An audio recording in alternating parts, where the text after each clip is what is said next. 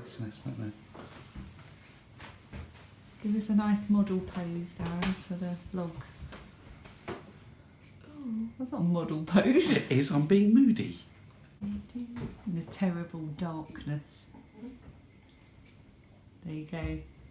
Dan's modelling his sock head hat.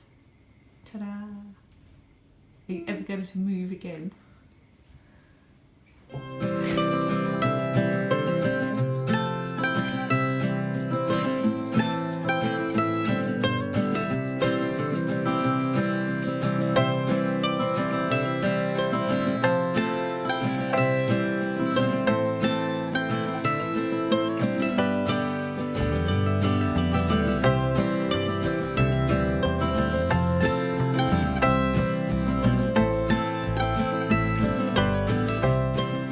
Welcome to day 4 of January. I'm sitting in my bedroom in front of my yarn cupboard.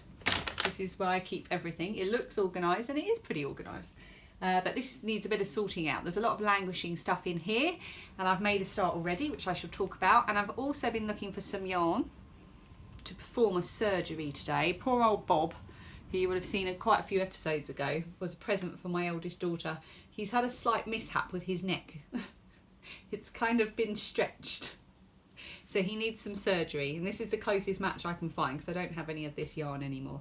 So Bob's going in for some TLC a bit later, see if we can fix his neck.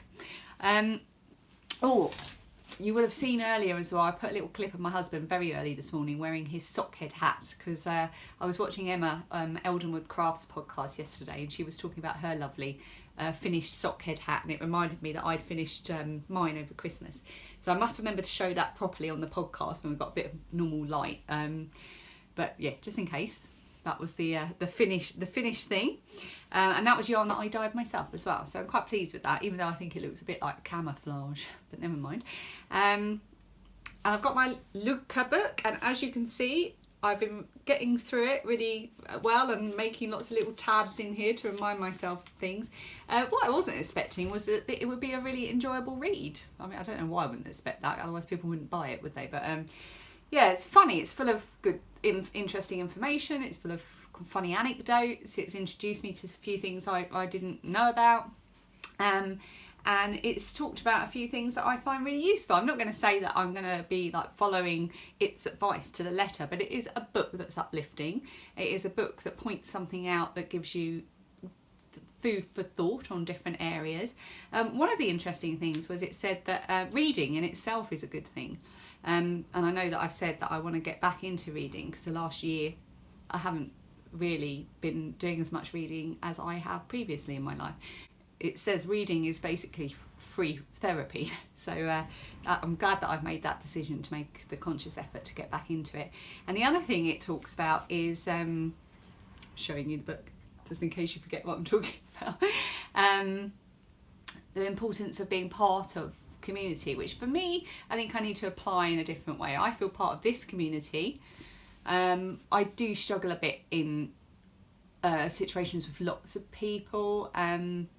One of Felicity, I think you commented yesterday to say that actually when you have social anxiety, being in groups is actually quite difficult, and I do find that a difficult aspect of life, and I'm sure a lot of us do. So that part of it I think is something that I need to apply in a slightly different way, but it does make perfect sense to me. And it also talks about other things like having things in your life that can form part of your identity, a way that isn't part of your, for example, career or your job or other parts of, being a parent. So for me, that is most definitely my crochet and my knitting and things like that. So that's good to know, isn't it? That we've got that identity that forms part of us that's different to other aspects of our life. That brings happiness. So I would recommend it. I'm really enjoying it. So that's that. And I will be talking about the other books and things that I showed on day 2 as we go throughout January. Right. So I pulled out a few things that I want to either use or get rid of from the boxes that you see behind me. I've got my yarn organised. There's a box here with acrylic yarn in it, and then I've got hand-dyed yarn in here. And then at the bottom, I don't know if this is going to show up, I've got hand-dyed yarn and also commercial yarn that has natural fibre, so things like sock yarn and things like that. And I've got a couple of boxes where I keep all my cards and things that I get from people when we do swaps and when viewers send me things, because I keep all of that and I write on it when I got it and who it was from and a few other bits. So it's organised chaos. I pulled out these 2 skeins of yarn which I bought at what's the name of the shop in Islington? That's completely left my mind. Anyway, it's a famous yarn shop in Loop. It's called Loop. Loop in Islington in London. The first time I went there not the November just gone, but the November before, I bought these 2 skeins of Blue Sky Fibres wool stock. And it's a worsted weight. And so it's 100 grams in total. And the colour is called Earth Ivy. And I hope I've got enough natural light for this to focus for you. So that's Earth Ivy. If not, I'll film it and put it over my face. Yeah, so I bought this thinking of making arm warmers or mittens. So this is now out of the cupboard and it's not going back in. And I'm going to find a project for it. So that's the first thing out of the cupboard and into use. Well, the first thing other than the stuff I've been bringing out some stuff with specific projects in mind, a bit like the stuff I showed you yesterday. But I'll be talking about some of those on the podcast proper in a week or 2. I've got these 2 balls of acrylic sparkly yarn, and this is the yarn that I used to make that sparkly hat that I was showing to you a couple of days ago, or was it yesterday? So I've got this left. So the question is, do I make another hat with it or do I just get rid of it? Not sure, but it's not going back in the cupboard. I've got one I can't show you because it's going to be a gift. This is a little gradient yarn I did when I was just messing about seeing how dyeing worked. So it goes from blue to natural.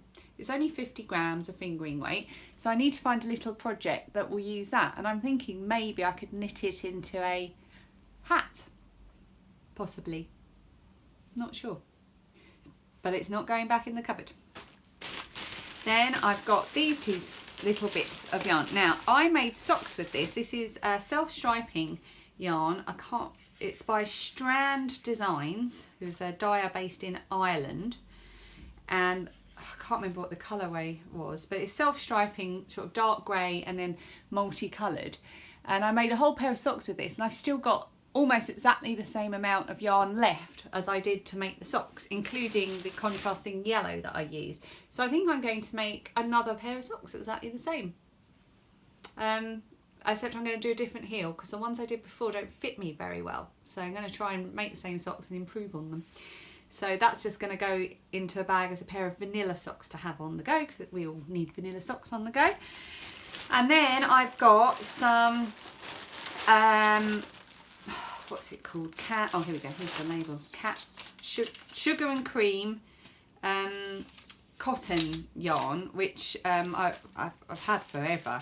And I had 2 slightly different colours.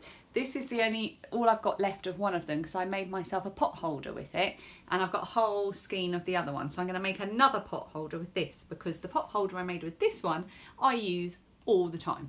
So I'm going to get rid of some of my old ones and have a better one. And then I might have enough left to make a little pot holder with the remainder of each one. But if not, then this is going, the rest of the cotton yarn is going because it's a bit of a different weight, and I don't know if I would use that for animals, or I'm not sure. I've got a stash of cotton yarn that I use for amigurumi projects, so it might go in with that. So that's that for today. That's everything that's been pulled out and everything that's coming out and not going back into the cupboard. I'm working tomorrow, so I'm not really going to be vlogging then. It might take a little bit, but otherwise I'll film on Saturday and put the 2 together. So you probably won't see me tomorrow, but you will see me over the weekend, and I'll put the 2 vlogs together. So I hope that was relatively interesting. I hope you're all having a productive January so far and feeling quite positive. I know it's only day 4. We've got a way to go yet. I don't know if you can hear the wind blowing either. It's still really quite stormy, but I can see one of the phone lines looks like it's dangling. Thank thank you for watching that little bit of rambling about my yarn organisation, and there will be more from me over the weekend. See you soon.